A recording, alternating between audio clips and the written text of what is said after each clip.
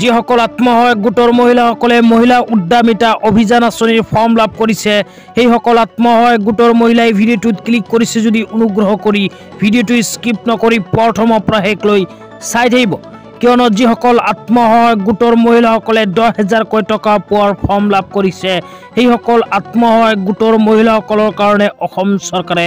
ঘোষণা কৰিছে কেইখনমান গুৰুত্বপূৰ্ণ নিয়ম এই নিয়ম কেইটা যিসকল আত্মসহায়ক গোটৰ মহিলাসকলে নাজানিব সেইসকল আত্মসহায়ক গোটৰ মহিলাসকলৰ ফৰ্ম ৰিজেক্ট হ'ব পাৰে তো কি নিয়ম ঘোষণা কৰিছে জানিবলৈ অনুগ্ৰহ কৰি ভিডিঅ'টো স্কিপ নকৰি প্ৰথমৰ পৰা শেষলৈ চাব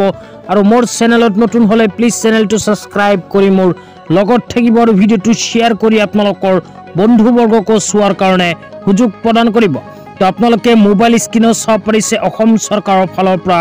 এনেকৈ এখন আপডেট প্ৰদান কৰা হৈছে আত্মসহায়ক গোটৰ মহিলাসকলৰ বাবে তো ইয়াতে কি লিখা আছে আপোনালোকক পঢ়ি শুনাই দিছো ইয়াতে লিখা আছে মুখ্যমন্ত্ৰী মহিলা উদ্যমিতা অভিযান লাখপতি বাইদেউ আপুনি প্ৰপত্ৰ পূৰণ কৰিলেনে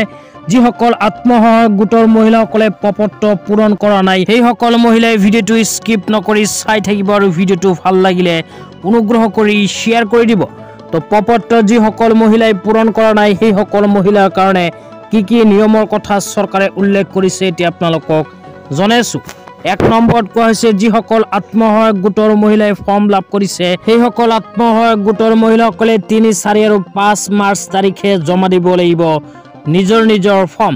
তাৰ পিছত দ্বিতীয় নম্বৰত নিয়মত কি কোৱা হৈছে এতিয়া আপোনালোকক জনাইছো দ্বিতীয় নম্বৰত কোৱা হৈছে আবেদনকাৰীৰ নিকটৱৰ্তী আত্মসহায়ক গোটৰ গ্ৰাম্য সংগঠন কাৰ্যালয় মণ্ডল কাৰ্যালয় লগতে সংশ্লিষ্ট খণ্ড উন্নয়ন বিষয়াৰ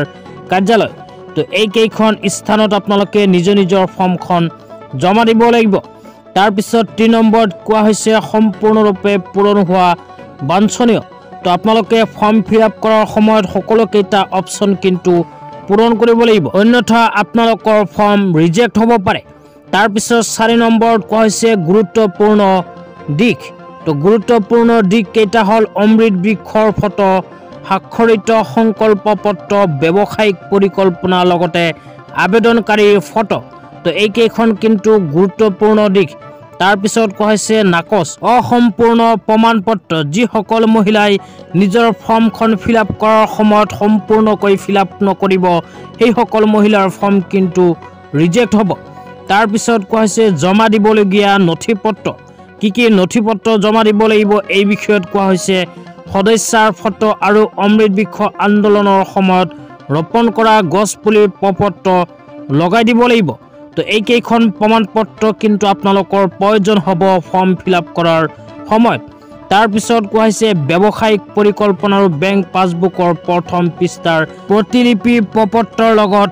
গাঁঠি দিব লাগিব তো আপোনালোকে ফৰ্মৰ লগত ব্যৱসায়িক পৰিকল্পনা লগতে বেংকৰ পাছবুকৰ জেৰক্স কপি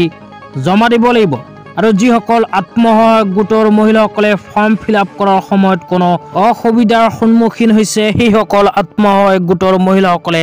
কি কৰিব এতিয়া আপোনালোকক জনাইছো তো সেইসকল আত্মসহায়ক গোটৰ মহিলাসকলে প্ৰয়োজন সাপেক্ষে প্ৰপত্ৰ পূৰণত জীৱিকা সখী পশু সখী কৃষি সখী আদি সখী বাইদেউসকলে সহায় কৰিব তো আপোনালোকে যদি ফৰ্ম ফিল আপ কৰাত কোনো অসুবিধাৰ সন্মুখীন হয় তেন্তে এইবোৰ সখীৰ ওচৰত গৈ আপোনালোকে ফৰ্মখন ফিল আপ কৰি ল'ব তো আজি ইমানেই ভিডিঅ'টো চাই কেনে পালে নিশ্চয় জনাই